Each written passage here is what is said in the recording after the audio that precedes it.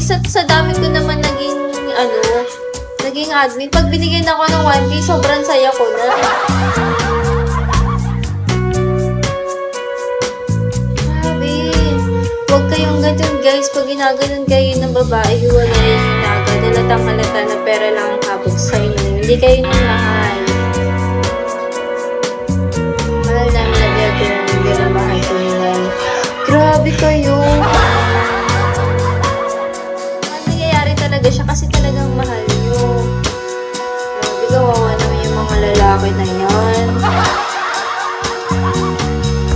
Kasi mahal na niya no? Isang tagal na. Grabe guys, kawawa naman yung lalaki. Hindi man lang maano yung babae na.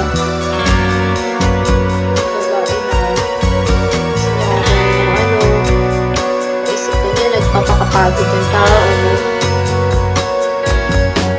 Ano ba yan? Naalala ko tuloy yung admin ko. Yung pinadala niya ako ng 5K kasi birthday ko. Tapos, yung meeting lang pala siya sa ibang bansa. Tapos, kawawa. Like, hindi ko alam kung pag ginastos ko yung pera. Pag ganun kasi ako pag ginagastos ko yung pera. Tapos, naalala ko nun, hindi ako nag-live isang buwan kasi sagot niya yung sa akin ko.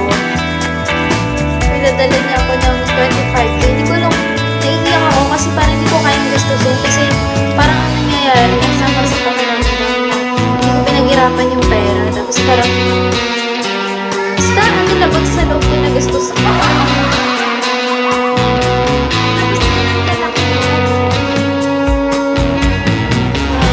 Guys, huwag kayong ganun magmahal. So, nangyayari talaga siya.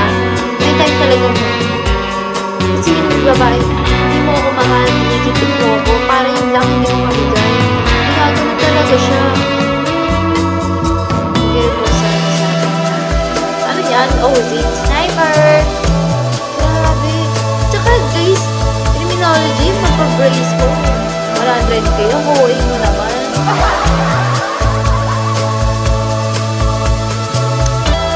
Ay. Kawawa din pala yung mga lalaki, no?